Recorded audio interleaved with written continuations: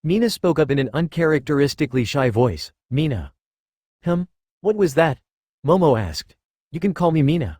After the USJ, it seems too distant for us to call each other by our last names. So, Mina smiled, revealing glossy white teeth. You can all call me Mina. Same here, Toru said next, and what followed after were all the girls voicing their approvals. Momo was completely fine with such a development. Even at her old all-girls schools that she attended in the past, she had a few friends that she addressed by their first name. You can call me Momo, too, or Yaomomo if you'd like. Well, Yaomomo is Yaomomo, right? A small wave of laughter rang around the circle, and a comfortable silence descended on the group. Well, here goes nothing, someone suddenly spoke up. Momo snapped her head to look at the source of the voice, Kyoka. She continued, during the USJ incident, I felt useless. I felt like I didn't do anything. Don't you dare say that. The group of girls turned in surprise to Mina, who had spat her words with a surprising amount of vehemence. You and Tsuyu saved me. To emphasize her point, she lifted up her shirt, where a long, jagged scar could be seen running across her stomach.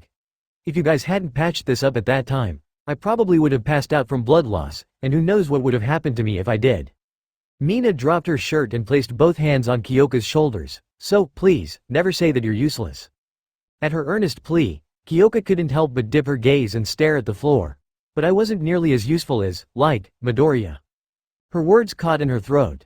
Momo said carefully, I don't think any of us can match the raw power that Midoriya, Bakugo, or Todoroki bring. But, fortunately, heroics isn't just a contest of strength.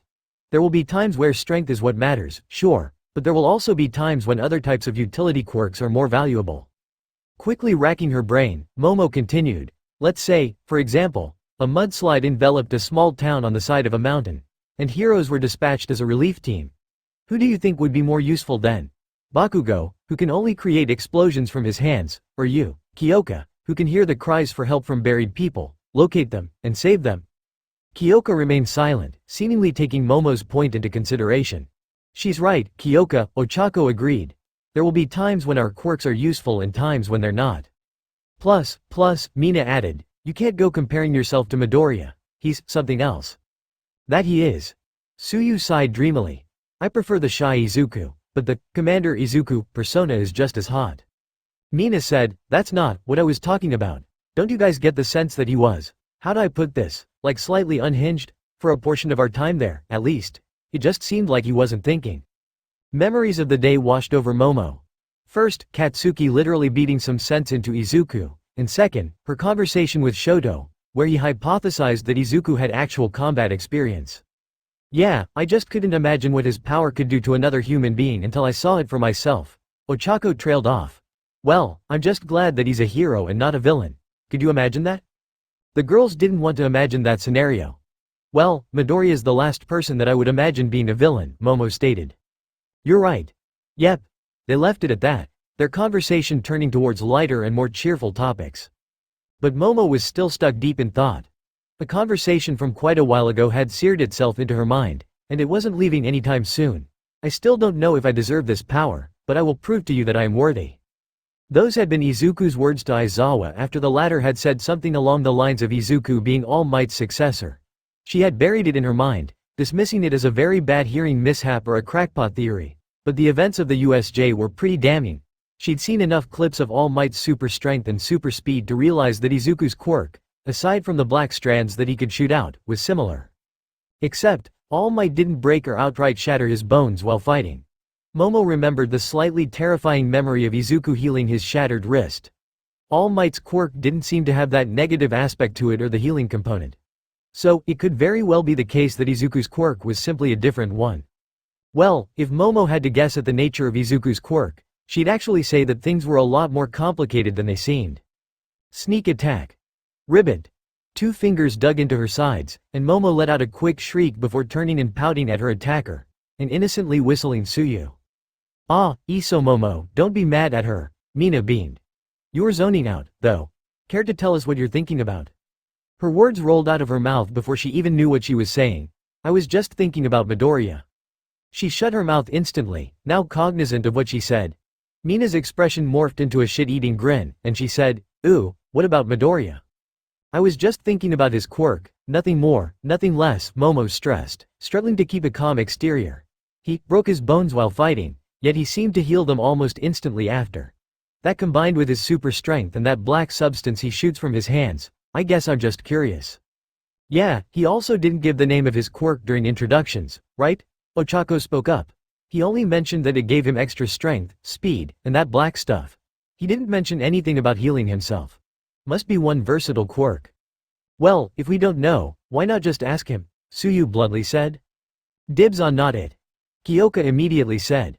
While attempting to keep her face from betraying her true state of thoughts, Momo unfortunately missed the chorus of not-its that rang throughout their circle, only catching on when it was too late. Yao Momo, thanks for volunteering to ask Midoriya. Startled by their expectant gazes, Momo said, I didn't exactly. Momo, think about it this way, Toru explained. You two are both class reps, you're in the best position to ask about his quirk for us. Momo started diplomatically, I won't deny that, but… Yay! Mina cheered, completely interrupting her. Thank you so much, Yao Momo, she cheerfully glomped her, Momo reluctantly taking her into her arms. Like I said, I didn't, what do you guys want to eat later? Momo gave up on trying to convince them otherwise and resigned herself to her fate. For the first time since Izuku had been voted in as class rep, UA University's student council was having a collective meeting. Well, it was billed as a collective meeting of UA's student council, but in actuality it was just the first-year representatives and the strongest third-year students. The fourth years were called UA's ghost year since they actually weren't learning on campus anymore. They were off serving internships and undergoing training under hero agencies. A common criticism of UA University was why it even bothered having a fourth year if they were all going to be off campus and in the real world. But Izuku couldn't be bothered with the politics of the situation. As Izuku sat in the meeting room, he glanced around. Momo sat on his right while Tenya sat on his left, and opposite of him, there was a pretty ginger-haired girl flanked by a smug-looking blonde guy and a chubby man with ice blue hair. They just stared at each other. The girl was focusing on him in particular, seemingly deep in thought. An awkward silence permeated the air. Well, the awkward silence technically was caused by the blonde guy. Izuku, Momo, and Tenya had arrived first, and when the first arrival, the blonde guy, had come, Izuku had greeted him with a smile and a hello. All he got in response was a cold, "Don't talk to us, 1A." The other two had trickled in after that, and they didn't attempt to break the silence, either. So, the silence remained until… What's popping? The six heads in the room turned towards the new, girlish voice. Izuku immediately had a guess as to who it was. Nijire Hato, the only female member of UA's Big Three. He may or may not have done extensive research prior to this meeting. The blonde man who followed Nijire into the room was Mirio Tagata, and the sulky dark-haired man behind Mirio was Tamaki Yamajiki. UA's Big Three, the three strongest students of the third year, took a seat at various spots around the table. Mirio, what should I do? They're ignoring me, Nijire Mock whispered to Mirio, the third year's strongest student. Smiling genially, Mirio completely ignored her and said, Hi everyone, I'm Mirio Tagata, and this is Nijire Hato and Tamaki Yamajiki. Feel free to treat us informally, we never asked for this job. The teachers just thrust it upon us because they call us the Big Three, or some cheese like that. The tense atmosphere in the room slightly relaxed after his words. Coughing, he laughed, This is where you guys introduce yourselves, you know. Of course, Tenya instantly said, suddenly standing it with perfect posture. I am Tenya Iida, and I have been entrusted with the honorable position of Class 1A's secretary. Why do you talk like you have a stick up your ass? The blonde guy said derisively. Izuku was too shocked to initially even respond. What did we do to this guy? Nato Monoma, and I. He was suddenly bashed on the head by a huge fist courtesy of the girl sitting next to him. As Nato rolled around in pain, the girl spoke up, and I am very sorry for my rude words is how he meant to finish that sentence. Sorry about that, Iida, 1A. He has a bit of a complex towards your class. Did he say anything else to you guys? He told us not to talk to you all, Tenya dutifully reported. Well, that explains that awkward silence, the girl sighed, glaring down at Nato. How are you already trying to sabotage our relationship with Class 1A? I'm just trying to prove that they're not better than us, Nato cried. All I read these days are, UA's Class 1A heroically defends itself against villains or some crap like that. I'm just sick of. Nato received another giant fist to the head. We don't prove anything by doing it your way, Monoma. Please forgive him, Class 1A, for being an idiot. I'm Itsuka Kendo, by the way. The blue-haired boy next to her spoke up after that. Nirengeki Shota.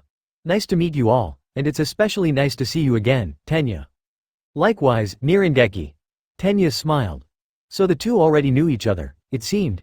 They were probably high school acquaintances or maybe even friends. Izuku looked to his side and saw Momo glancing at him, and he dipped his head to indicate that she could go next. Hello everyone. It's nice to meet all of you. I am Momo Yayorozu. Momo introduced herself in a calm, measured tone. She looked at Izuku, prompting him to speak up. I'm Izuku Midori. You're Izuku Midoriya, Nejire suddenly shouted. Her eyes seemed to be filled with stars, and she stood up and leaned over the table to get a closer look at him. How did I not realize? Izuku started, unsure of how to react. Yes, I am Izuku Midoriya. Hey, can we chat after this meeting? There's been rumors flying around about you, and I've been dying to know the truth, Nejire all but pleaded with him. Sure. He looked around uneasily, seeing Mirio flash both of them a thumbs up and Nato. Well, if looks could kill, Izuku would be dead at least 15 times by now. Alright, Mirio spoke up as Nejire took a seat. Now that that's over with, we can get to our agenda. Well, we already did the first thing on the agenda, which was to meet each other, so on to the next. He looked expectantly at Tamaki, who shriveled up in his seat. Don't make me speak, Mirio. Tamaki, you'll never improve without trying in the first place, Mirio said gently. The big three seemed quite close to each other, Izuku noted. Grumbling, Tamaki spoke while looking at the table right in front of him. The next item on the agenda is the UA Sports Festival. That got Izuku's attention. UA University's sports festival was scouted heavily by pro-hero agencies and was a massive event that all of Japan usually watched. Contrary to how sports festivals used to be run centuries ago before Quirks, UA's sports festival was simply a showcase of all the students' quirks rather than any actual sports being played. If he recalled the time correctly, it would typically occur in about 2 weeks' time. He remembered watching the sports festival at home with his mom, itching to one day appear on that stage. Usually, there were 3 events. The first 2 events were just designed to narrow down the number of students participating for the final event. A 1 versus 1 tournament. At the thought of a good old 1v1, Izuku found himself growing excited. He liked one-on-one battles, a test of strength versus strength, the possibility of utterly dominating his opponent. Izuku blinked. He had no idea where that last thought came from. It was a notion that did not seem unfamiliar, though. He remembered thinking it at the USJ, but he quickly shook his head to get those thoughts out of his mind. As Izuku had been ruminating, Mirio and Nejire were explaining the format of this year's sports festival. Apparently, the first event was an obstacle race around the stadium, the second event was a cavalry battle, and the third event, obviously, was the tournament. Since we are representatives of the first years, is there anything we need to do to help out? Tenya asked, bringing Izuku back into the conversation. All you laddies need to do is tell your classmates about it, Mirio said easily. Let the grown-ups sweat the logistics, as they say.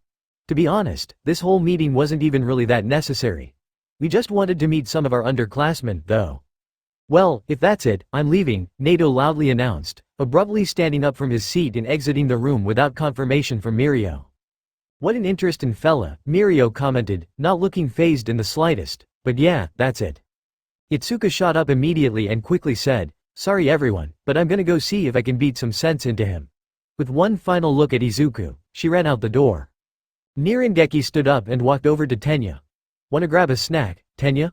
I haven't seen you once since the semester started, and I'd like to catch up. Tenya directed a questioning gaze at Izuku. Momentarily blanking before realizing that Tenya was asking for permission to go, Izuku quickly gave a thumbs up. Have fun, Iida. The two left, leaving Izuku, Momo, Mirio, Nejire, and Tamaki. Wait, when Izuku wasn't paying attention, Tamaki had somehow disappeared. He does that sometimes. Disappears, I mean, Mirio commented, directly addressing the confusion Izuku felt. Well, it was nice meeting you all. I'm definitely looking forward to seeing how the first years perform this year. Especially you, Midoriya. With those words and a wink, he left, leaving Izuku alone with Nejire and Momo. Momo didn't seem like she was in a hurry to leave, staying seated as everyone else took their leave. Nejire looked at her and asked, staying? Momo took a moment to gather her thoughts before speaking. I have nothing better to do. She shared a look with Izuku, and he desperately hoped that his gratefulness for Momo's staying was transmitted to the girl. He didn't know how he'd fare if left alone with Nejire.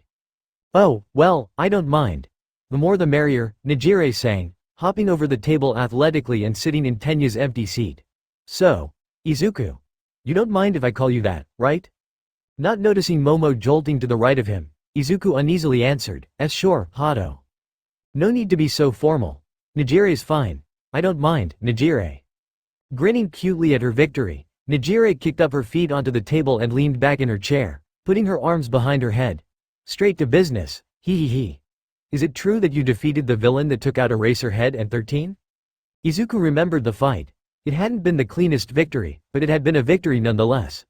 Yeah, I guess. But Aizawa couldn't fight to his full potential, he had to defend 13. Nijire hummed. How'd you do it, then?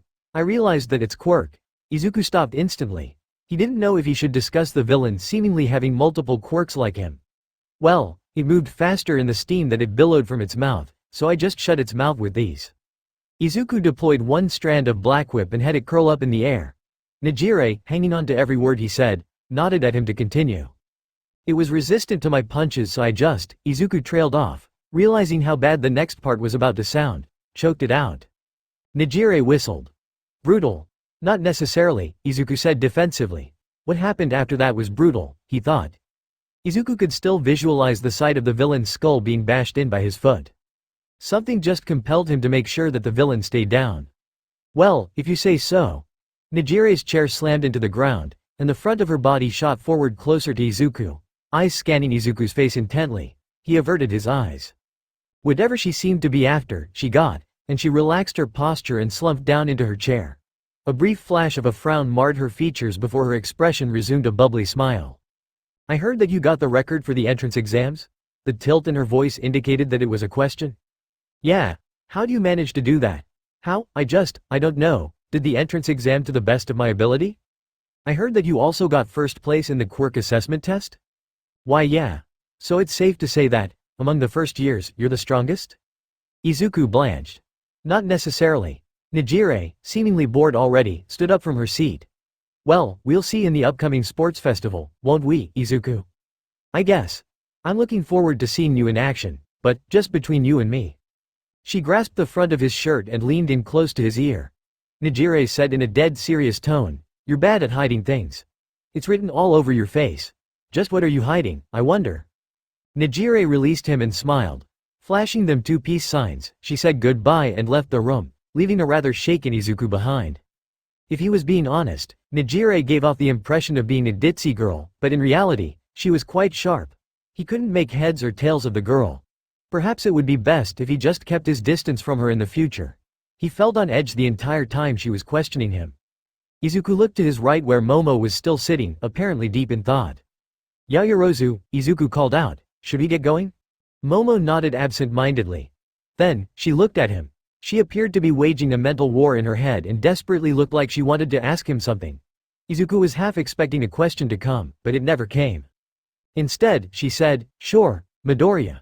She looked disappointed with herself, or something, at least, but Izuku wasn't about to pry. I'll text the details of the sports festival in the group chat in a bit. If I forget anything, can you fill in the holes? A nod was all he got as a response, and, thank you, Yaoyorozu, for staying behind. Izuku scratched awkwardly at his cheek.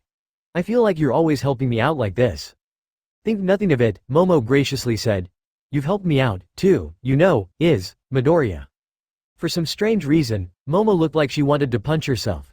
Izuku's thoughts didn't linger too long on it, though. Izuku. Hey everyone. We're all going to be taking part in UA's sports festival in 2 weeks' time. Click on the attachment that I sent with this for more information on the events. Katsuki. Fuck yay tournament arc Tenya. Must you use such foul language? Katsuki. Shut up 4 eyes Ochako. Cool, thanks Midoriya. Izuku. You really shouldn't thank me. Yaoyorozu put together the vast majority of the attachment. I just added the graphics. Tenya.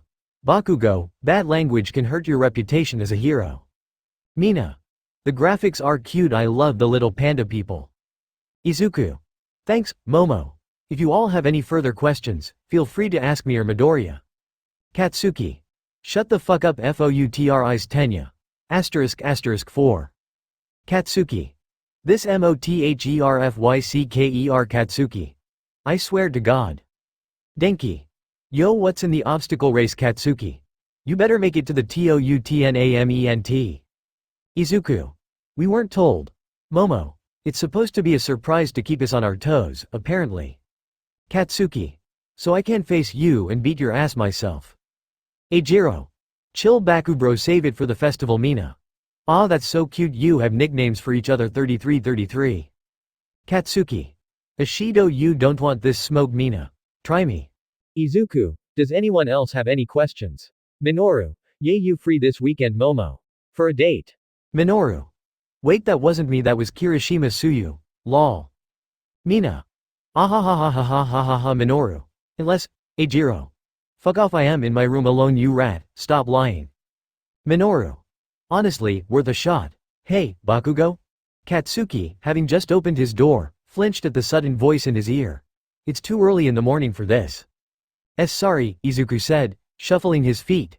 He, unlike Katsuki, was already fully dressed and ready for the school day. On the other hand, Katsuki had just woken up. An uneasy silence hung in the air. Sighing, Katsuki broke it by saying, so, what is it? What? Why were you waiting outside of my door? Katsuki clarified. Izuku swallowed. I just wanted to say thank you. Katsuki laughed loudly, causing Izuku to jump. What for? At the USJ, you knocked me back into my senses. I was out of it, and you really helped me out, Izuku explained. Katsuki took a moment to glare at Izuku. That's not something you need to thank me for. No, but it's a perfectly natural thing to do, Katsuki huffed. With you running haywire like that, who knew when you were going to start targeting us as well? Izuku's voice died in his throat. Was that bad? No, Katsuki said quickly, sighing dramatically. Forget it. Point is, no need to thank me. I was just, bolstering our fighting forces, yeah. In-control Deku is better than out-of-control Deku, in my opinion. But, still, thank you, Izuku said, bowing to Katsuki. Suddenly feeling embarrassed, Katsuki yelled, stop it, dumbass, I just told you that you didn't need to do that. Looking at the still bowing Izuku, Katsuki grimaced. He should honestly be thanking Izuku for defeating that one villain that took out Aizawa on his own and apologizing for his outburst in the heat of the moment. Izuku really didn't seem like he needed anyone protecting him anymore. But, thanks to his pride, Katsuki believed that death was a better alternative than admitting all of that. Look, if you feel like you've got to make anything up to me, then do this. Katsuki took a deep breath. Make it to the tournament event and fight me with everything you've got. I'll crush any opponent before you. I expect you to do the same, so we'll meet at some point in the tournament. No holding back, cause I won't be holding back, either. Show me. He swallowed. Show me that you can protect yourself. Izuku remained silent, studying Katsuki for a moment. If you're asking for a fight where I hold nothing back, that's exactly what I'm asking for. Izuku grinned, straightening up. Then that's what you'll get. Good. You better not lose before then, Katsuki warned. Same to you. About a week until the sports festival, Izuku received a text from Toshinori. All Might. Hey, got a moment? Izuku. Yes, what is it? All Might. Could you come to the faculty offices? Izuku typed a quick response replying in the affirmative and quickly hightailed it to UA's faculty offices. As he rounded the corner, he waved to a nearby Midnight and Aizawa, both of whom looked at him with a complicated expression before waving back. As he arrived outside of Toshinori's office, he spotted Mirio walking out of the room. Hello, senpai. Midoriya, what a surprise. Mirio enthusiastically greeted him back. The third year seemed bright and cheerful despite the obvious bags under his eyes. Don't mind me. I was just ironing out some things for the second year's sports festival. I don't know why they insist on having different events for each year, it makes planning for them so complicated. Oof. Izuku felt bad for Mirio. The second year's sports festival is taking place after the first year's, right? Yeah, but luckily for me, the third year's SF is taking place the next day, so at least I get a break. Mirio laughed, and the fourth years don't even get one. Sounds like a lot of work, Izuku commented. Well, you'll be in my shoes in 2 years, no? Mirio said. The strongest in the grade get student council positions, remember? Izuku frowned, which caused Mirio to break out into more laughter. Look forward to it. And with that, he was off, leaving Izuku to complete the original task that he came here for. Talk to Toshinori. As he walked in, he spotted Toshinori, apparently deep in preparation for something. He was bent over in his chair, elbows on knees, taking deep breaths and counting 1, 2, 3. Toshinori-sensei? Toshinori quickly straightened up. Oh, Izuku, you surprised me. Well, whatever. I'm glad you could come today. Please, shut the door and take a seat. Izuku did as he was told. The chair he sat in was extremely comfortable. He could picture himself taking a nap in the seat. So, why do you have me come here? Toshinori inhaled deeply. There's something we need to discuss. Okay, Izuku nodded. Perhaps this was the time to bring up Tamura Shigaraki. I have something I'd like to share as well. Really? Oh, well, by all means. Please go first. Toshinori looked relieved for some reason. I didn't tell you this initially because I was still processing it, but Izuku faltered, wondering how he should word what he was about to say. When we were initially teleported by that fog villain, I was dropped off alone, and I met him. Tamura Shigaraki. Toshinori listened with a grave expression on his face. He seemed to already know who I was. And he was freakishly strong. He caught my 50% blow with just one hand and disintegrated my arm. Izuku felt himself growing agitated as he remembered his encounter, but he squashed down that feeling. Then, he told me, visualize reconstructing, not healing. Izuku's words hung heavily in the air. Toshinori seemed too stunned to respond. And, after he was teleported away, I did just that. Visualize reconstructing, not healing. At first, I thought I was crazy for even trying it, but then, Izuku paused, staring at his hand. It worked. I reconstructed my arm. They sat in silence for a brief moment before Izuku continued speaking. Toshinori, how did he know that I could do that? Izuku's eyes searched Toshinori's, begging for answers. His mentor remained so silent and still that someone could have told Izuku that he was looking at a statue and he would have believed them. One for All has a long and complicated history, Toshinori finally said. It originated from a villain, believe it or not. What? Izuku couldn't believe his ears. A long time ago, a villain ruled Japan from the shadows. He had absolute control over everything. And this villain had a quirkless brother. Toshinori thought very carefully on what he should say. One day, out of pity, for amusement, I don't know, he decided to give his brother a quirk that could stockpile power, that could be passed down. That is the origin of One for All. Izuku sat there, processing the new information. This Tamura character that you met must be a part of the same villain organization that the original villain is from. That's how he knows about the quirks you have. The information that he was receiving made sense, yet his body was instinctually yelling at him that it was incorrect. He couldn't shake that damn feeling deep within him that screamed he's wrong. I see, Izuku finally said. Wait, what was that villain's name? Toshinori stared at him, and for a split second, Izuku could have sworn he saw fear in his mentor's eyes. It was lost to history. But please, Izuku. Be on the highest guard if you meet this Tamura Shigaraki again or anyone that appears to be from the same organization. They'll stop at nothing to bring you under their wing. We can't afford to lose you to them. Yes, I will be. Don't worry about that, Izuku said. Well, I've said my piece. What was it that you wanted to discuss? Toshinori stayed silent. Izuku, suddenly feeling incredibly uncomfortable, shifted in his seat. Toshinori finally said, there were casualties at the USJ. What? Izuku instantly cried. I thought that everyone got to UA safely. I'm not talking about students, Toshinori said in a pained voice. I meant for the villains. 15 were declared dead on the spot, while 35 were sent to the ICU. Their causes of death led us to believe that you caused them. Izuku was not able to process what he just heard. I did not want to tell you this initially, Toshinori admitted, forging ahead despite Izuku's silence. But you must understand what you have done and take responsibility for your actions. Obviously, you're not going to be punished for this. It was a life or death situation, after all, but it's just that. Being a hero is more than being able to kill villains. Wait, that was too. What I meant to say is that, we, as heroes, try to bring villains back alive, so. Izuku gave no indication that he heard any of Toshinori's convoluted explanations save for a lone tear leaking out from his right eye. Toshinori was filled with remorse. He didn't want to be the one having this conversation, he was bad at serious discussions. Izuku, my boy, Toshinori quickly said, say, something, anything. Izuku looked up at Toshinori. Half of me feels horrified, he began slowly, disgusted by what I've done. I mean, I ended the lives of 15 people, possibly even more. Izuku struggled to put into words what he was feeling. People who will never walk the face of this earth again. People who will never take another breath. People who are just gone. Toshinori was about to interrupt, to tell him that it wasn't technically his fault and that Izuku was still good, but the boy spoke again. But the other half of me feels glad. A shocked silence was all Izuku got. They were villains, were they not? Regardless of how they got there. Regardless of whether or not they were tricked or forced into doing what they were doing. None of that changes the fact that, in that moment, they were acting as villains. They were trying to hurt us. Who knows what they would have done to us if we were captured. They didn't try surrendering. And so, a bit of me just can't help but think. Izuku looked Toshinori in the eye. And, at that moment, Toshinori could tell which side of Izuku, the sad side versus the glad side, had won out. So what if I kill them? 612 Chapter 8, Fierce Competition. Izuku Midoriya gazed at the man beside him. Sensei, what's your goal? The faceless man looked at him. While he didn't have any visible features, Izuku could still feel the man's gaze upon him. It was a hard concept to explain. Something about a rare perception quirk that was better than seeing, and Izuku still didn't know the full picture. What do you mean, Izuku? Izuku thought to himself for a bit.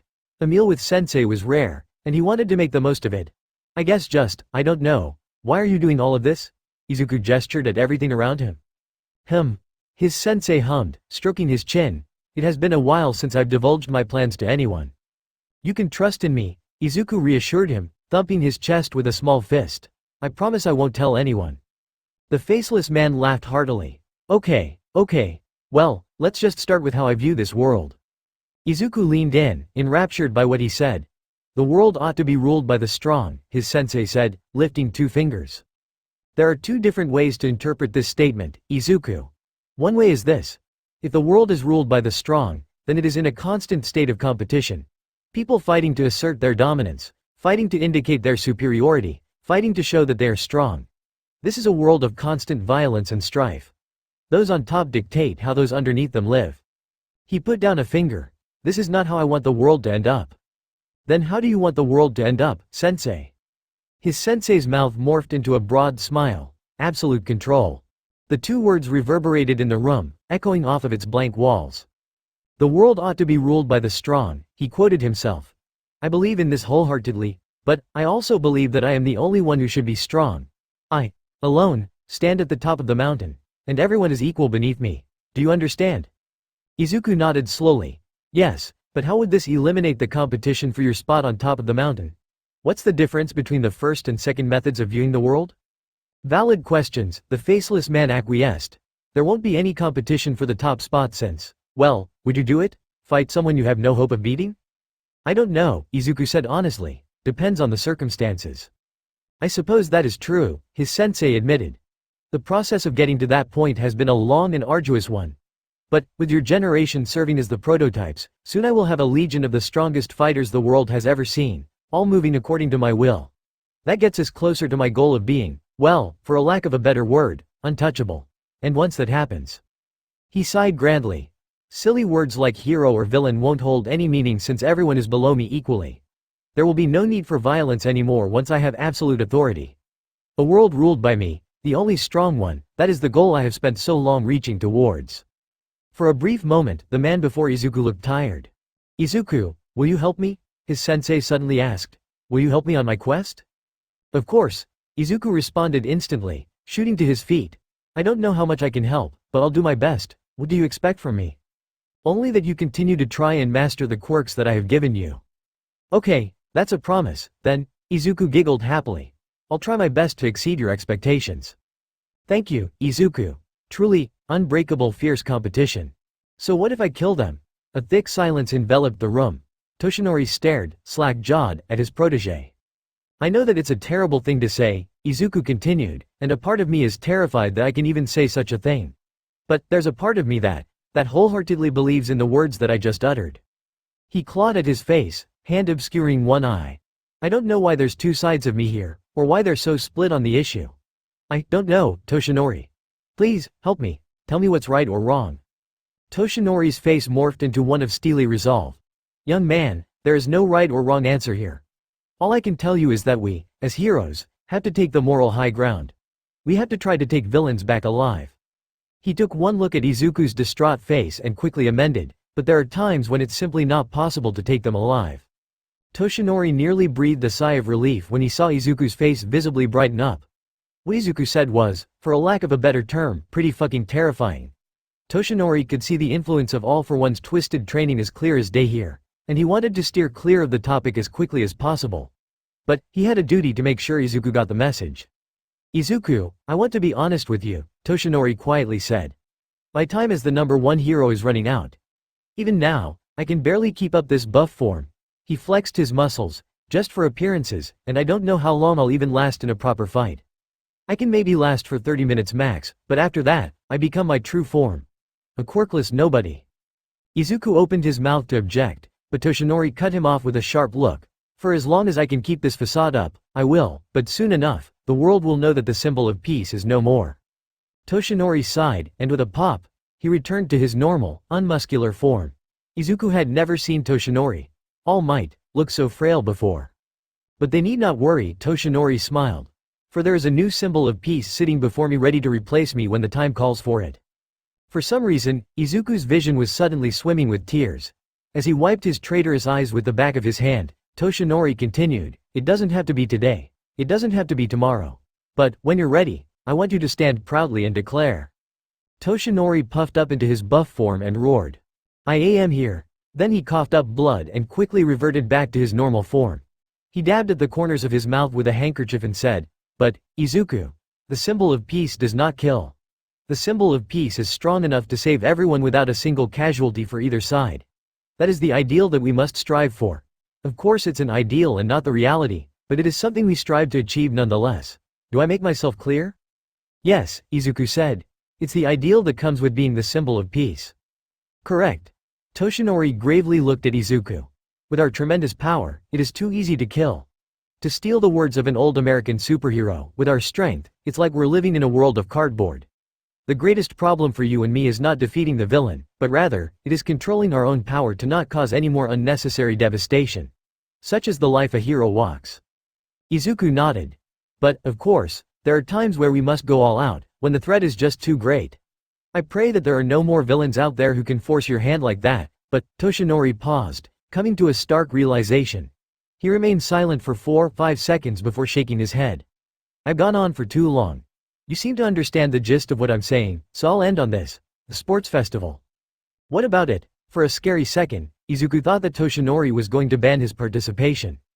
"Show me that you can control one for all," Toshinori said simply. "Causing the deaths of villains attacking you is one thing, but accidentally killing a classmate is another thing entirely. I will be closely monitoring you during the classes leading up to the festival and the events of the festival. If you show any slippage of control, I will promptly remove you from the events, just to be safe." Izuku blanched at the mere thought of accidentally killing a classmate, but he couldn't even be hurt by Toshinori's implication. He didn't exactly have the best track record to go off of, so he was glad that he was actually allowed to participate. For the sake of his own sanity, he was pushing the more pressing matter at hand deep into his subconscious. He couldn't handle the two warring sides of his mind right now. He didn't want to have a breakdown in front of Toshinori. "Understood," was all he had to say. Toshinori breathed out a sigh of relief. "This goes without saying, but if you're able to control your power, I expect you to place first." Izuku nodded. "Of course, Toshinori. I promise that, not only will I control my power, I will also place first in the sports festival." "Okay, good." A light lit up in Toshinori's eyes, as if he had just remembered something important. "Izuku. Remember. We must strive for that ideal. The power of one for all, it's the power to save." That seemed to be all he had to say on the matter, and soon after, Izuku left. His talk with Toshinori was by no means bad, but Izuku knew he had to look elsewhere to get closure. Himiko sat at her desk, half seriously going through and doing her homework, when a text message alert popped up on her phone. The special ping told her who it was immediately, and she quickly opened the app. "Izuku. Himiko, I need to talk to you, it's important." "Himiko. OFC Izu Himiko. Where do you want to meet Himiko? I come to you." "Izuku. Yeah, that would be nice." That was all he needed to say. Throwing on a skirt and a jacket haphazardly, she all but ran out of her dorm and to Izuku's, already spying the strands of darkness that was her ride up to his dorm lying on the ground. She got on top of them, feeling them curl securely around her waist, and tugged on them, being hoisted up into the air and carefully transported up and through his open window. As she landed, she rushed to give Izuku a glomp like she always did, until she saw his face. "Izuku," Himiko said, immediately worried, "What's wrong?"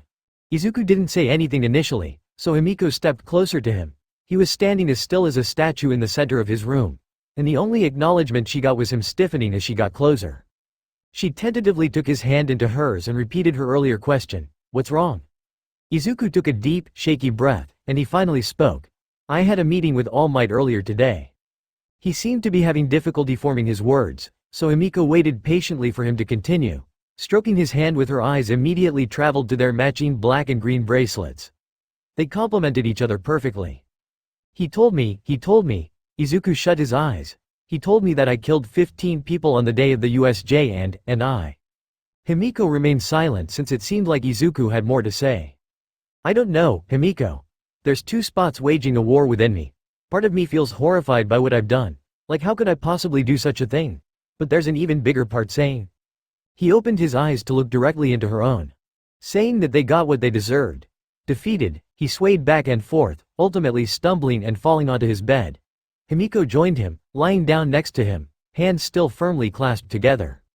I think I just need someone to tell me what's right and what's wrong, he mumbled, staring up at the ceiling. I tried to get All Might to give me an answer, but he didn't give me one. He turned his head and looked at Himiko. His eyes looked utterly broken. Please, Himiko, tell me.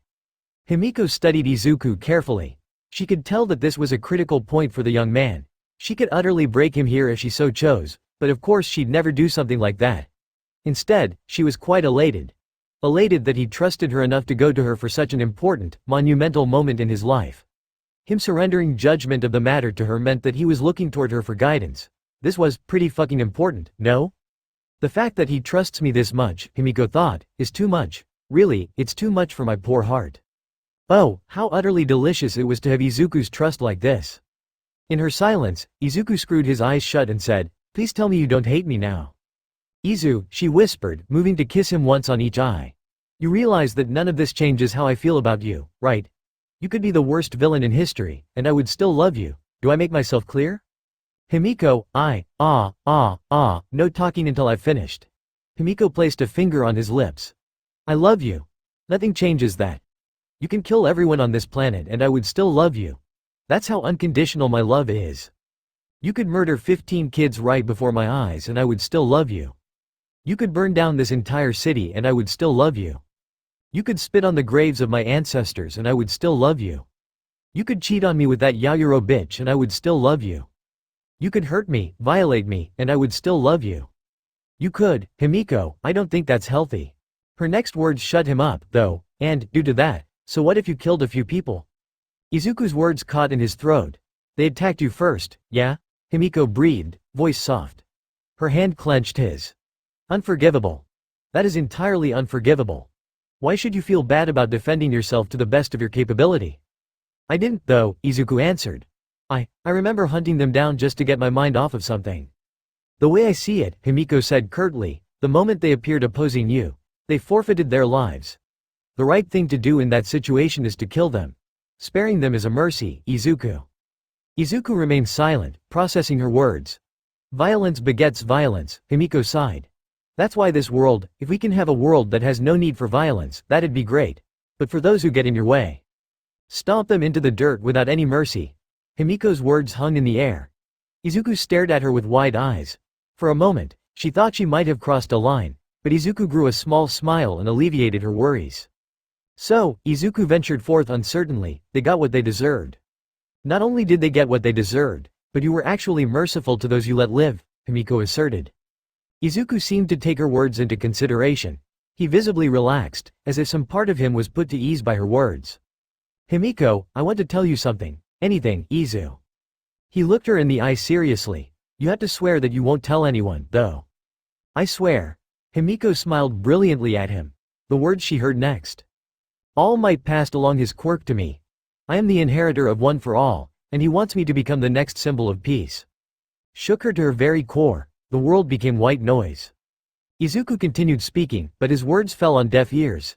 Himiko saw nothing, heard nothing. She was in so much shock that, had it not been for the fact that Himiko was already lying down, she would have collapsed because he had been searching for two things. 1. Izuku Midoriya, his greatest creation, and 2. The quirk that he created but lost so long ago, One for All. The quirk that All Might was supposed to have. Himiko was supposed to keep an eye on both Izuku and All Might, see if All Might had chosen a successor already, but to think it had been right before her all this time. All she knew was this. All for One's favorite piece of work, Izuku Midoriya, just became infinitely more valuable. He was already high priority before, but with this information, he would become their sensei's single most coveted object in the world. She didn't know what to do with this information. Should she tell him? But, Izuku made her promise that she wouldn't tell anyone, no? What to do, Himiko? Izuku asked, eyes wide. Sorry, I was just so astounded to hear what you said that I didn't catch what you said, Himiko quickly covered up. Yeah, it can be a lot, Izuku acquiesced, not pressing her any further. I was just saying that, I think my path is clear now.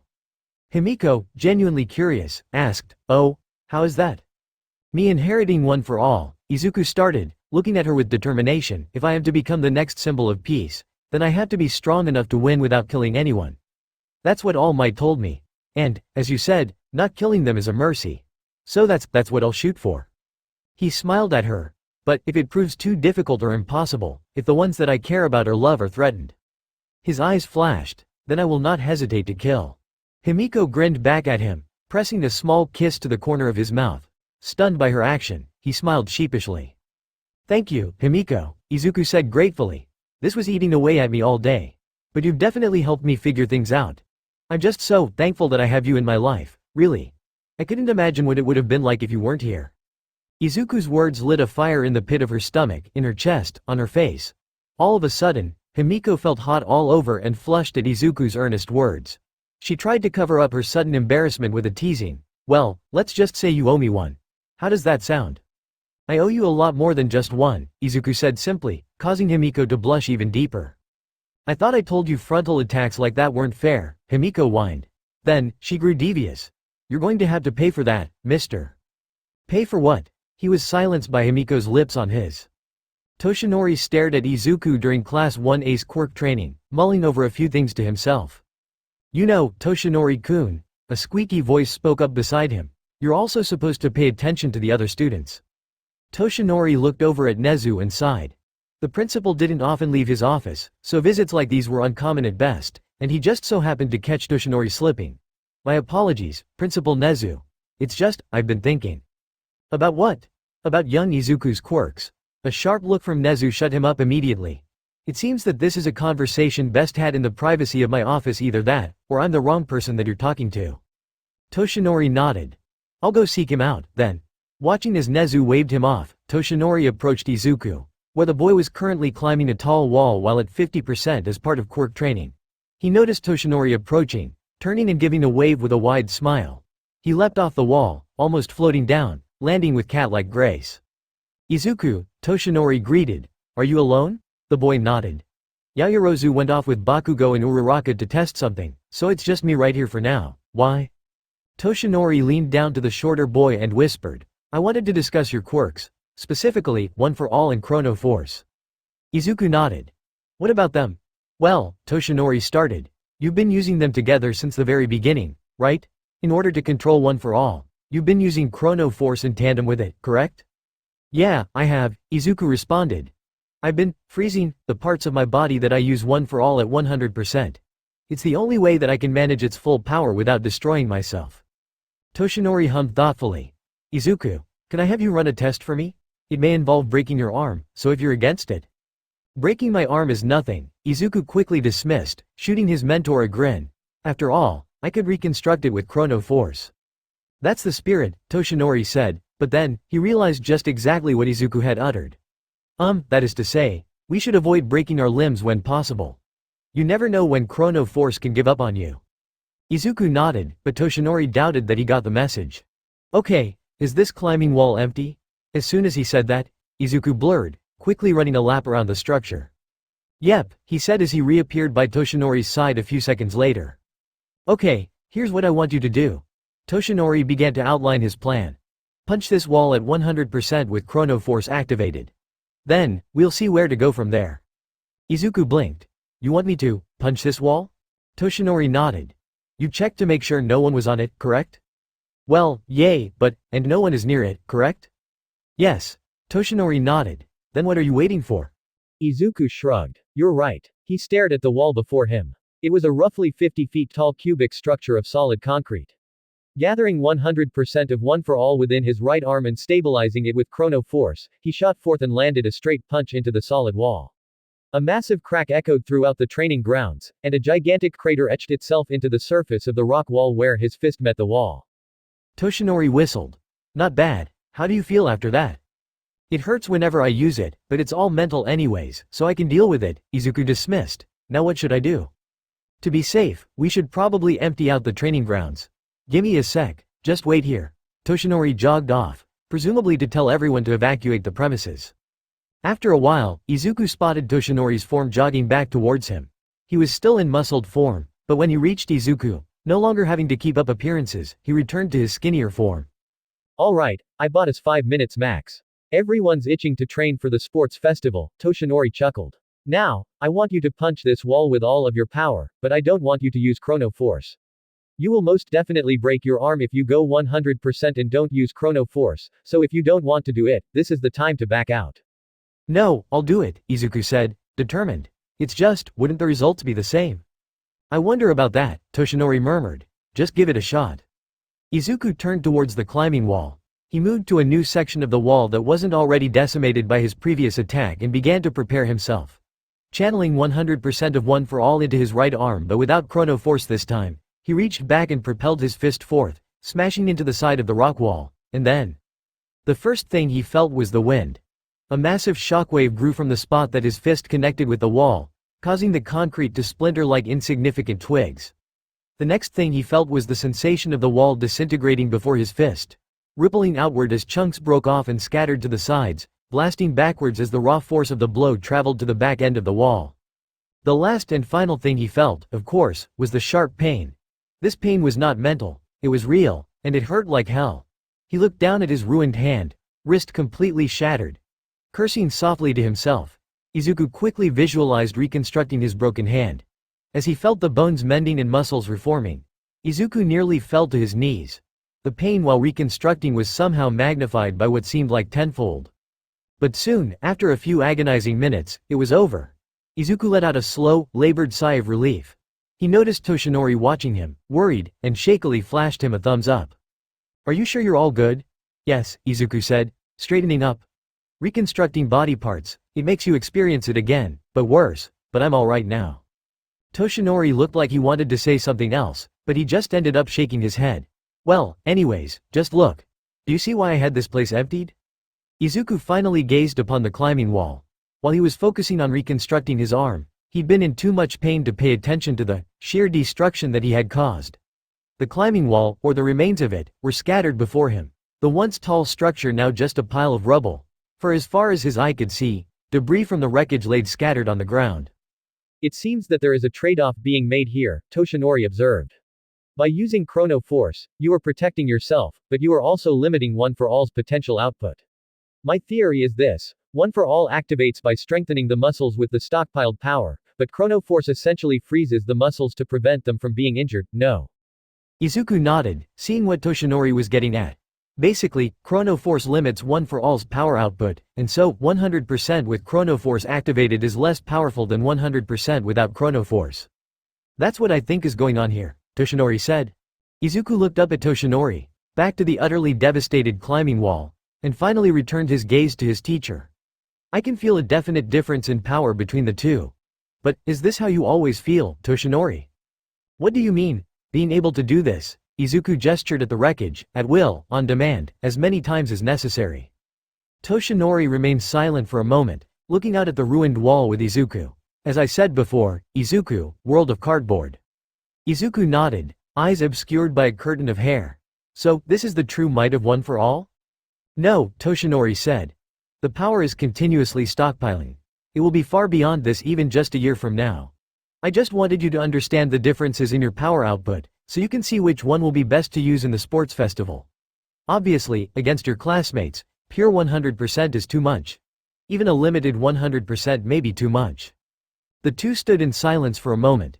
Toshinori, Izuku spoke up suddenly, eyes blazing. I swear that I will master this power. I did not doubt that for a moment. How fucking annoying could you extras get? Katsuki raged, cursing at the crowd gathered outside of their classroom. It was the Wednesday before the sports festival, and he was raring to go get some extra workouts in with his quirk.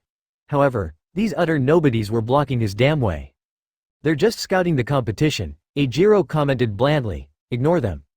I don't blame them for wanting to scout us, Ochako said. They're mostly the general course students, right? I heard if they do really well in the sports festival they can join the heroics course. Is that true, Iida? Mina asked, overhearing the conversation. Tenya nodded. It has happened before in the past. Although it doesn't look like there are just general course students here. His gaze fell upon a blonde man that he knew had a grudge against 1A. Nato Monoma. Oh, God. They don't seem that tough to me, Nato loudly declared, earning his fair share of disgruntled glares from Class 1A. Katsuki reeled at the perceived insult. You shitter, we'll see if you can say the same.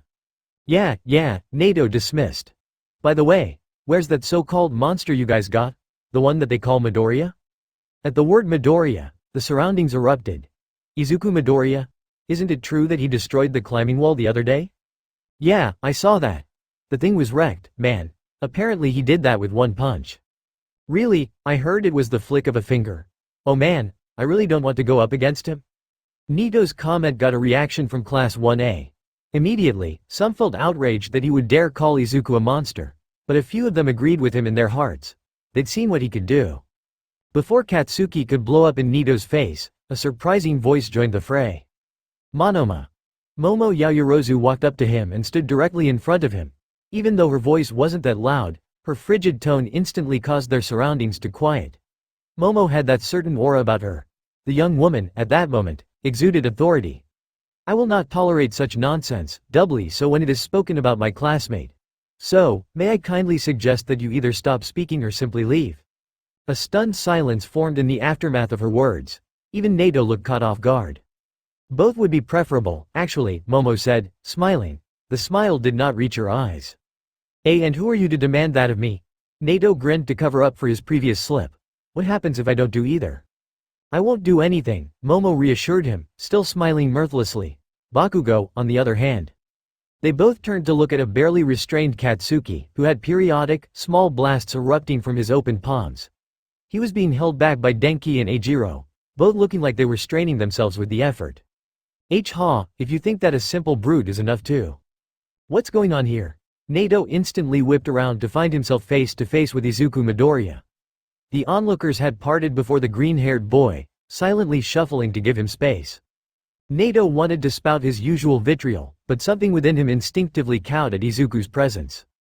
A bit unnerved by Nito's and, by extension, the surrounding silence, Izuku slipped through between Nato and the door to find Momo looking ice-cold and Katsuki being restrained by two of his friends.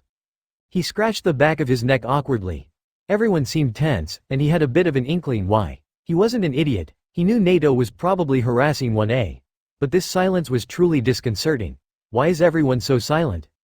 Like a popping balloon, the sudden words from Katsuki made him jump in surprise. This bastard called you a monster, Deku, and I was trying, at this. He glared at the two people holding him back, to make him eat his words. Oh, he turned to look at Nato, who didn't say anything. Did you say something like that? Izuku asked, tone neutral.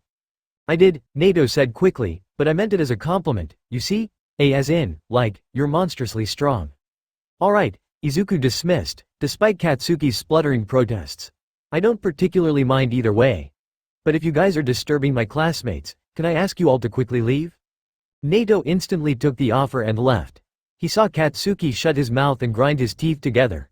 The situation had been diffused. At least that's what it looked like. As he walked back to his seat and the crowd outside dispersed, Tenya walked up to him and asked, Where were you, Midoriya? Quite a few people were listening to their conversation, and Izuku sighed. Talking with Aizawa. Apparently, I had to give a speech to open up the sports festival. Katsuki, having shaken free of Denki and Eijiro, grumpily said, You don't sound the most excited, and, Deku, you should have let me slug him. What, and have you banned from participating in the sports festival? Izuku countered, looking at the fiery boy. Didn't we make a promise, Kachan? The nickname caused a fair share of giggles to erupt from their classmates. Katsuki's face instantly turned red, and Izuku gave him an apologetic glance. Sorry, Bakugo, it slips out. No, Mina giggled, finding great humor in this situation. It's so cute. Kachan, can I call you that, too? Don't fucking push your luck, Pinky. Wait, I'm curious, Eijiro spoke up. What was this promise that you made? Izuku remained silent, handing control of the conversation's flow over to Katsuki. The blonde glowered at Eijiro, but answered his question regardless. A fight. Dude, that's kinda really manly, boys, Mina groaned. Midoriya. Izuku looked up from his breakfast and the sheet of paper that he had spent the last few days studying.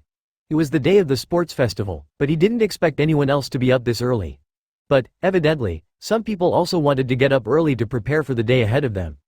"Good morning, Todoroki," Izuku greeted, giving the heterochromatic boy a nod.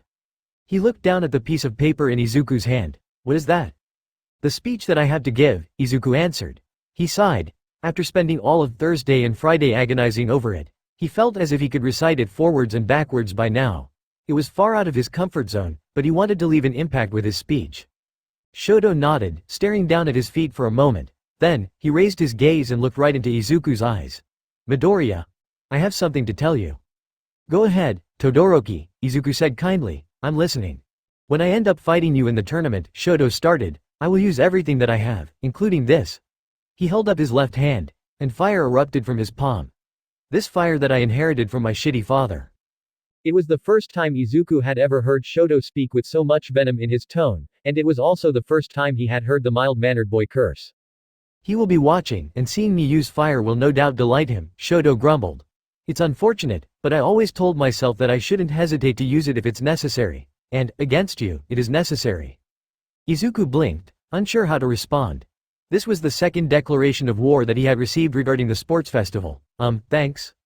"There's no need for that," Shoto said, letting loose a rare smile. "I just wanted to convey my own feelings regarding the matter and give you a warning. I'm sure you understand what it's like to hold back out of fear of hurting someone. Against you, I will not be holding back. That's the bare minimum that I have to do to avoid being instantly wiped out by you. So, please." Shoto looked truly apologetic. "Don't hate me if I end up hurting you." "I won't, Todoroki," Izuku reassured him, "but don't be afraid to go all out. I can handle it, I promise." Shoto chuckled, another rarity from him, but he looked unsure, as if he didn't truly believe in his words. "We'll see about that." With a quick bow and a wave, Shoto left the dining room. As Shoto left, Izuku bit back a sigh. He felt slightly guilty. He encouraged both Katsuki and Shoto to go all out, but "If you're asking for a fight where I hold nothing back, then that's what you'll get." He'd said that to Katsuki, and he truly meant it at the time. But, after that eye-opening training session with Toshinori where he decimated a concrete wall that was 50 cubic feet in size, he knew that if he went all out with One for All, he'd be putting the lives of his friends in serious danger. He remembered the feeling of the solid rock disintegrating underneath his knuckles. What if that had been a human face that he had punched? That would make the aftermath of the USJ look like an E-rated video game in comparison. All the time, he'd been limiting himself by using Chrono Force with One for All. He didn't even know if his Chono Force limited 100% was safe to use, either. But regardless of what he had said prior to Katsuki, Izuku knew what he had to do. "Sorry guys," Izuku whispered, "for the sake of your safety, I'm going to have to hold back." In a bar somewhere, Tamura sat with a bag of popcorn in his hand. He gestured towards Kurogiri and the dark-haired man next to him. Come, Tamura said, "it's about to start." The dark-haired man took a seat, sighing deeply. His piercings glinted in the faint light given off by the monitors. "Remind me again why we're watching this." "To watch our senpai and his performance in the sports festival," Tamura said almost gleefully. At this, the man groaned. "It's kind of odd to call a boy younger than us senpai." "Well, he technically is," Kurogiri noted. A pause. "You're not wrong." Tamura shushed them. "It's about to start. I wonder who will be giving the opening speech." The man stood up. "Look, I really have no interest in his performance. If he's even half as strong as Sensei says he is, he'll probably wipe the floor with the competition. So, if you don't mind, I'll be heading out." "Actually, I hear Endeavor's youngest son will be participating," Tamura casually threw out. "I'm watching this," the man said, sitting back down. Under his breath, he murmured, "Shoto, huh." Before Izuku knew what was happening, the first-year classes were all gathered inside a stadium on UA's campus. The stadium was overloaded, each and every seat filled with someone. The clamor of the audience was only outmatched by President Mike's bombastic voice as he introduced the sports festival and all the classes that were participating. Aside from Hero Courses 1A and 1B, students from General Courses 1C, 1D, and 1E, Support Courses 1F, 1G, 1H, and even the Business Courses 1I, 1J, and 1K were all here. As he heard President Mike announce the general courses, Izuku instantly tuned in. If Class 1C was here, then that meant Himiko was as well. When President Mike went on to introduce the referee, Midnight, Izuku found himself searching the crowd of people gathered in their tracksuits for Himiko. Soon, he spotted her, standing a bit away from what was probably her class. And she was already staring at him. He waved at her, earning a smile. Himiko blew a kiss at him, and Izuku turned red, still not exactly comfortable with the public display of affection. Still, nevertheless, he pointed at his wrist, showing off the bracelet that they had gotten together for one of Himiko's birthdays. To his delight, she repeated the same gesture, pointing at her own wrist which wore the matching pair. "Quiet, everyone," Midnight demanded in an authoritative tone, causing the surrounding din to instantly silence. He spotted a few of his classmates, namely Denki and Minoru, staring at Midnight with flushed faces and greedy eyes, although he couldn't exactly blame them. Midnight's hero costume left very little to the imagination. Representing the students, Midnight said, is Izuku Midoriya from Class 1A. Ah, well. The time had come. Izuku had looked over his speech so many times in the past few days that he had dreams of the words, but even then, he was slightly nervous. Okay, scratch that. He was so nervous that he thought that he might faint. This is training, he told himself. All Might had to do live press conferences in front of the whole world. If I'm to become the next symbol of peace, then. He looked up. His classmates all nodded and smiled at him. Momo, in particular, gave him a smile and patted him on the back. You got this, Midoriya. Thanks, he said, quickly advancing onto the stage without another word. On the way up, he glanced at Himiko, who had an absolutely murderous expression on her face, but when she noticed him looking, the look slipped off of her face and was replaced by a genuine smile. She gave him a thumbs up, mouthing something that he couldn't see at his distance. It felt like the whole stadium was holding its breath as Izuku made his way onto the stage. Aside from some whispers here and there wasn't any noise as he took hold of the mic. To the left of him, Midnight gave him a thumbs up, but there was something guarded in her gaze. Ignoring that sliver of information, Izuku began his speech in earnest. Thank you for introducing me, Midnight-sensei, Izuku graciously said. He kept his tone even and his pace slow, but measured. As she said, I am Izuku Midoriya, and I was chosen to represent the first-year students. It is a great honor to have been chosen for this position. He paused to look out at the crowd. Izuku zeroed in on Himiko, who was staring at him with a big smile on her face. His heart warmed. At first, when I was asked to open up the sports festival with a speech, I had no idea what to do or say. After thinking about it for a long time, I still had no idea what to say, so I tried to Google a template speech. To his great relief, that earned some laughter from the crowd. If that joke had flopped, Izuku might have just jumped out of there with 100%, consequences be damned. The typical sports festival speech contains two parts, a pledge and a request. The request is typically for students to give their all and try their best, but I know that that's going to happen regardless. So, instead, I have a request for everyone watching. Izuku took a deep breath. Pay attention to everyone, not just the people vying for first place. Even if they don't have a flashy quirk, even if their quirk is considered to be plain, here. He threw up some air quotations with his hands. Please, watch them. Acknowledge their fight. It's the only reward we ask for our efforts. His words stunned quite a few people, especially the students in the general courses. Judging from their shocked reactions, they were not expecting Izuku Midoriya to say those words. The next part, the pledge, was much easier to write, for me at least, Izuku said, smiling. I'm sure that we will all pledge to do our best, so I wanted to share my personal pledge. He paused, letting anticipation build up for his next words. In the past few days, I've had two of my friends make a declaration of war, so to speak, against me. So, I thought that this would be the perfect stage to make my response, my own declaration of war, my own personal pledge. For the sake of my mentor, who believes in me. Izuku leveled a stare at Katsuki and Shoto. His next words were spoken with a staggering amount of confidence not usually seen from the boy. The obstacle course race, the cavalry battle, the tournament, I will win all of them. I will place first in this sports festival without fail. A stunned silence was all he got in response. Toshinori's jaw dropped along with every other teacher's in their specialty booth. He expected something like this from perhaps Katsuki, but from Izuku, the most shocking thing, apart from the usually timid boy actually saying those words in the first place, was the absolute certainty in his voice. If he could tell, he was sure that everyone in the stadium could see it as well. There was no doubt in Izuku's mind that he was going to be placing first. Could it be? He knew that he told Izuku that he wanted him to declare I am here, but he wasn't expecting it this soon, though, he supposed, if Izuku's goal was to leave an impression, he certainly did so. First, with his unorthodox request to pay attention to everyone, and then, with his bombshell declaration, he definitely had everyone's attention, now. He watched as the crowd erupted, all for their various reasons. Surely some of them were cheering for him and his bravado, but an equal amount must have been booing him. All he could say for certain was that Izuku Midoriya made a very big splash in his first public appearance. But why was he driving himself into a corner like this? Was he the type who performed better under pressure?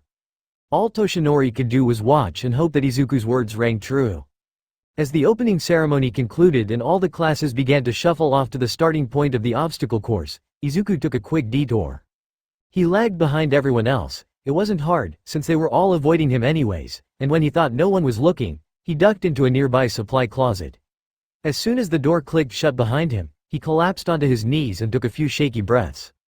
Now you've gone and done it, his inner voice chastised him. They all must hate you now.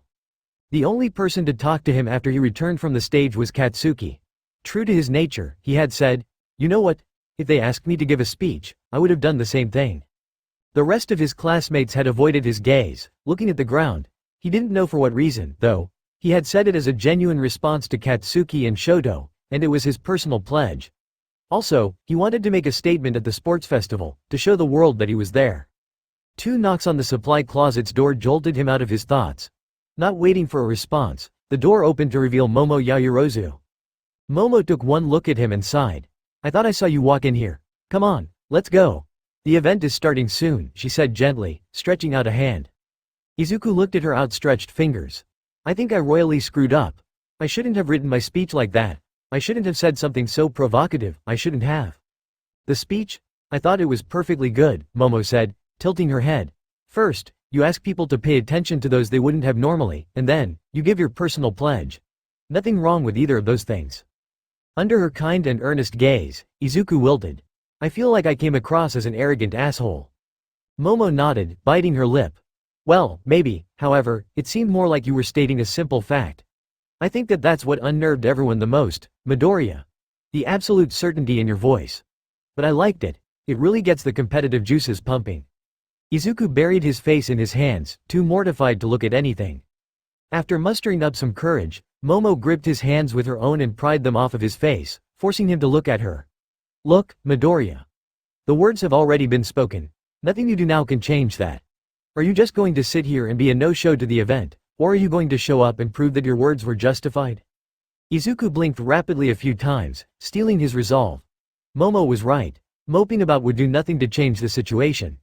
The words had already been spoken, and there was nothing he could do now to take them. Only option that remained was prove his words to be true or become a laughing stock. He had driven himself into a corner for that specific reason.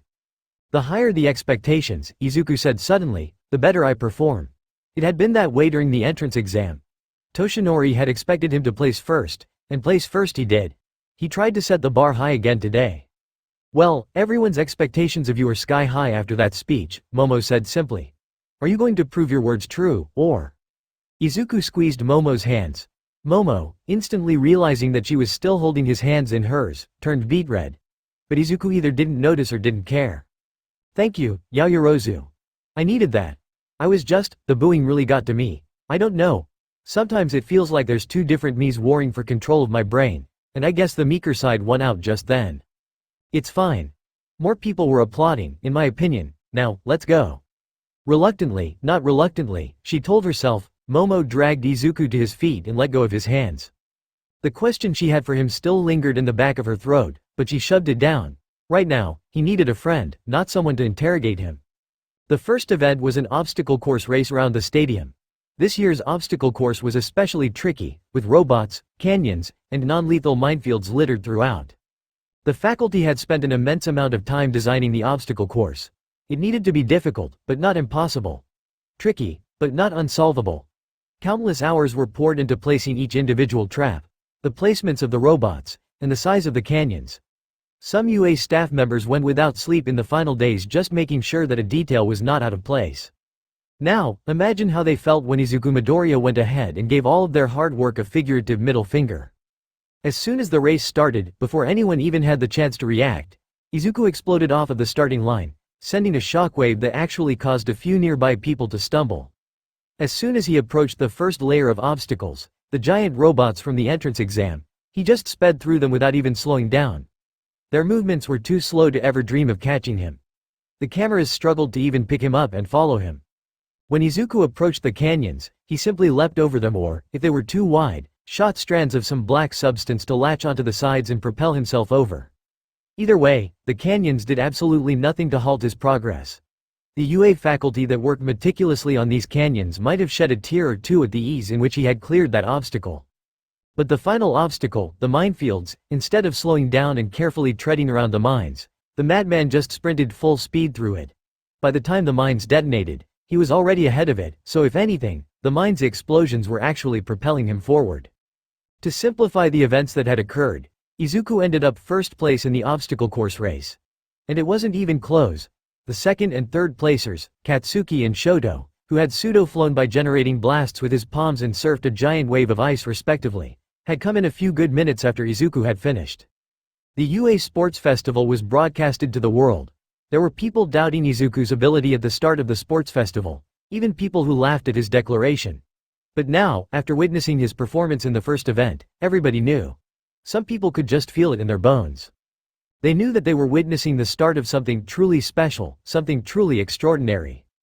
The next event was the cavalry battle, which unfortunately required a team of people. Izuku had counted on making quite a few enemies in his class, but he had narrowed down a group of people he knew he could rely on. Tenya, Himiko, and Momo. He spotted Tenya and Momo, but he couldn't find Himiko at all in the group of people that had advanced to the next round. The next event will be, Midnight announced, mainly for the audience, a cavalry battle with the top 42. She began to explain the rules. The participants can form teams of 2 to 4 people as they wish. It's basically the same as a regular cavalry battle, but the one difference is this. Midnight brandished her whip and the screen behind her crackled to life. On it, the names of all the students that passed to this next round were displayed along with a point value next to it. Izuku searched for Himiko's name, but he didn't find it anywhere, which meant she must have been eliminated from the sports festival. Well, there went a large portion of his plan. And, strangely enough, next to his name, where the value of points should have been, there was only a blank spot. Based on the student's performance in the first event, each person has been assigned a different point value, Midnight said. Therefore, each team will be worth different points depending on who's on their team. Starting from 5 points for the one who came in 42nd place, all the way to. The blank spot next to Izuku's name switched into a number. But that must have been a typo, right? After all, it said that Izuku had 10 million points. The gap in points between second and first place was in the millions. 10 million points for first place, Midnight declared, proving to Izuku that no, it was not a mistake. He glanced around him. Everyone was staring at him like he was a wounded doe surrounded by wolves, and they all likely had the same thought. If they could take down Izuku's team, they would automatically be in first place. But, on the flip side, all Izuku had to do to maintain first place was hold onto the 10 million points. That's right, Midnight said sadistically. It's survival of the fittest, with a chance for those at the bottom to overthrow the top. Izuku could still feel the stares of the other 41 people. He pointedly stared at Midnight and ignored them. Those at the top will suffer more, she continued. You'll hear this many times as you attend UA. This is what plus ultra means. Izuku Midoriya, who placed first in the obstacle course race, is worth 10 million points. There really was no need to repeat that. Izuku already felt like he was withering away under the heat of all the stares. But then again, a small bit of him welcomed the challenge. Some strange part of him relished in the thought of potentially coming out on top with such a dominating lead. He pushed the strange clashing aspects of his personality down deep within him and focused on Midnight's next words. Now, Midnight said, I will explain the rules of the cavalry battle. First, is the time limit, 15 minutes. Each team is worth the total of its members' points, and the riders will wear a headband with that number on their forehead. The riders of a group, however, must be the highest ranked member. So hypothetically, if we had a team of Midoriya, Bakugo, and Todoroki, Midoriya would have to be the rider. He glanced over at Katsuki, who was staring at him like he was a piece of grilled prime steak. Yeah, that team up is not happening. Midnight resumed talking. Teams will try to grab each other's headbands until time runs out, while they try to keep as many points as they can. Stolen headbands must be worn from the neck up. If we see any of you cheating, your team is automatically disqualified from the sports festival and I will personally punish you, you got that? From the looks on a few guys' faces, Izuku could tell that that was their optimal outcome. The most important thing to remember is this, she paused. Please get those filthy looks off of your faces. Anyways, even if your headband gets stolen or if your team falls, you're not out. During the game, it'll be a cruel fight where you can use all of your quirks. But Midnight held up a finger. Attacks that are trying to make people fall on purpose will earn you a red card. You'll be removed immediately. Shit, Izuku heard Katsuki say. Now, you have 15 minutes to build your team. Start. Midnight swung her arm down and blew her whistle. Immediately, Izuku went towards Tenya, who was standing stiffly a few feet to the right of him. Iida, want to team up? Tenya turned to look at Izuku with an almost pained expression on his face. I'm sorry, Midoriya, but I must decline. Izuku felt like his heart just sank to his stomach. It is nothing personal, Tenya said, but I do not wish to ride on your coattails. If I am to place highly and do well in the sports festival, I wish for it to be by my own merits. While you are undeniably my friend, I also see you as a rival, Midoriya. Understood, Izuku nodded. Well, now he had to reevaluate his whole plan. As Tenya walked away from him, Izuku desperately sought out his last remaining option. Momo was in the middle of talking to Shoto and Denki, but she noticed him approaching and greeted him with a, "Hey, Midoriya." "Hello, Yaoyorozu." She was his last chance. "I was wondering if you'd like to team up for the cavalry battle. That is, if you're not already teaming up with Todoroki."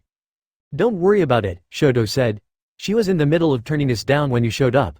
Come on, Kaminari, let's go find some other people." As they left, Momo turned and grinned at him. "I'm glad you asked me. I was just about to ask you the same thing." Izuku released a deep breath that he didn't know that he was holding. "Thank you, Yaoyorozu. I feel like you always help me out whenever I need it, time after time again. I think by now I've come to realize that I can always rely on you."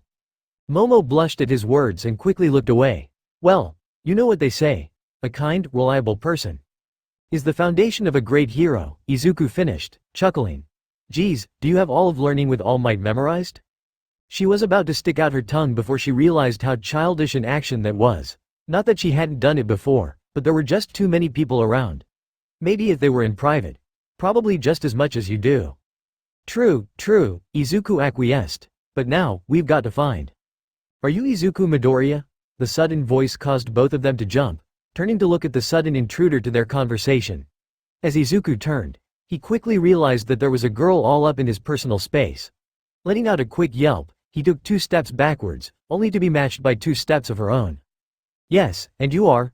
"Mei Hatsume," she easily answered, face barely inches from his own. "And I have a proposal to make." Momo put a hand on Mei's shoulder and pushed her back, an unreadable expression on her face. Izuku let out a sigh of relief and mouthed thank you to Momo, who just nodded in response. Now that he had some distance, he could properly look at who he was talking to.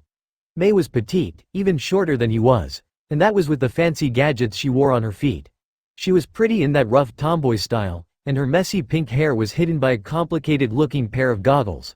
Her irises, most peculiarly, had a cross on them, a fact that reminded him of Himiko's own pupils.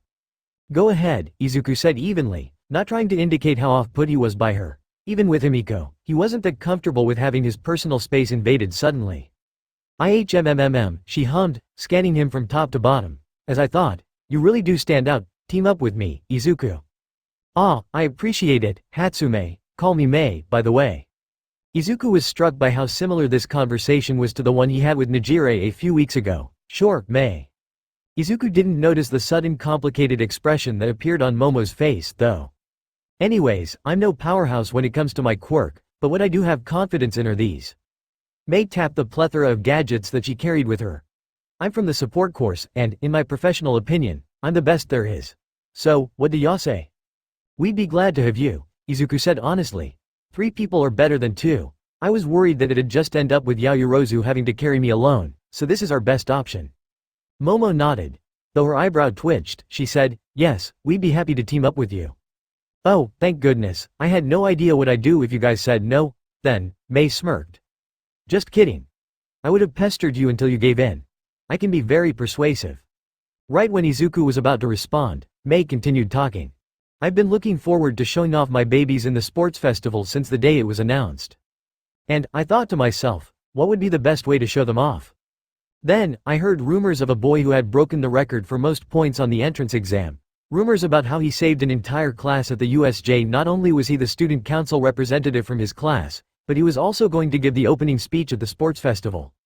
But, I had to make sure that he was the real deal, so, I'm gonna be honest here, I stalked you, Izuku, in my free time.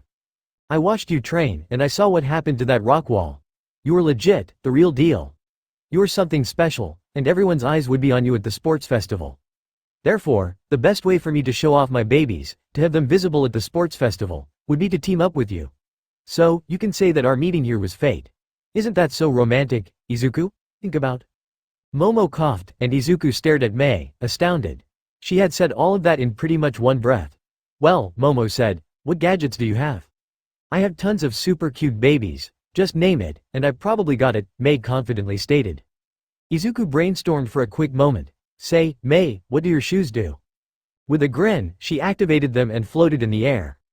Izuku's jaw dropped. Do you have them, but for hands? Yes sir, Mei grinned, adding, I also have it in the form of a backpack similar to the Buster Hero. Airjet. Want me to retrieve them? Airjet's jetpack? For a moment, Izuku's eyes lit up with stars, but he quickly shook himself out of it. Yes, both would be great.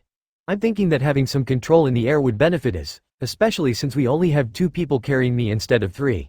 Do you also have deployable cover? Like the type landlord uses? Pretty much, yeah. Got it covered. How many do you want me to get? 3 would probably be enough. Mei nodded, and she quickly ran off to grab the stuff that Izuku requested, leaving Momo and Izuku alone. Should we try to find a 4th? Momo asked. Izuku shook his head. We won't need one. We just need to protect my headband, not steal anyone else's, correct? The taller girl nodded. Well, I think I've got a plan for the perfect defense, Izuku told her. Then, lowering his voice, he said, I think I might be able to fly and stall out the time. But it kinda depends on how good the equipment Mei brings us are. As a natural silence developed between them, Momo opened her mouth to make a request but shut it instantly. It would be so easy to ask him to call her by her first name, but she couldn't do it. The idea, for some reason it was just too mortifying to her. Would he think that she was weird for making such a request? Would it seem unnatural, forced? Mei returned in a few minutes with a cart full of items. Okay, here are the floating babies for your hands. Here's my jetpack baby, and these discs are my cover babies. Is this it? Izuku shrugged on the jetpack, glancing at Mei. How do I activate it? She pointed at what looked like a ragged chew toy tied to the end of a cord. You bite this. Izuku and Momo both blanched.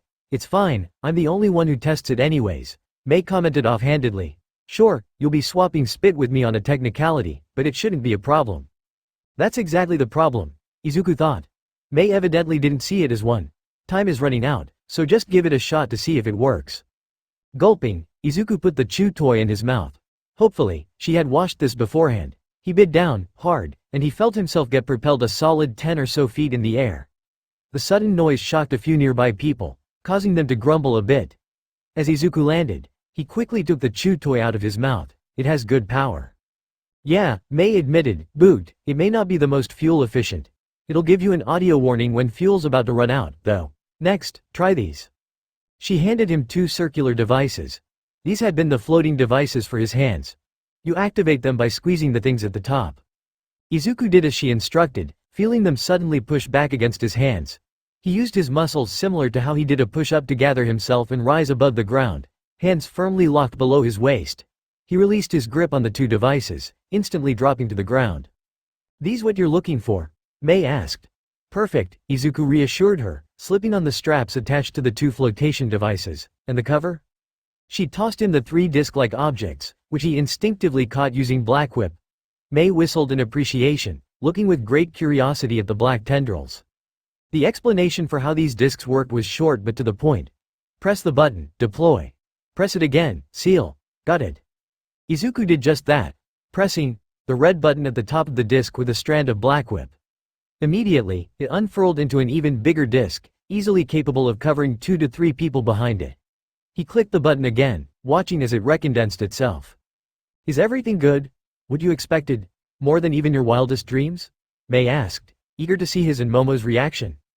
These'll be perfect, Izuku answered honestly. I'm glad that you joined us, Mei. Mei let out a satisfied hum, grinning widely.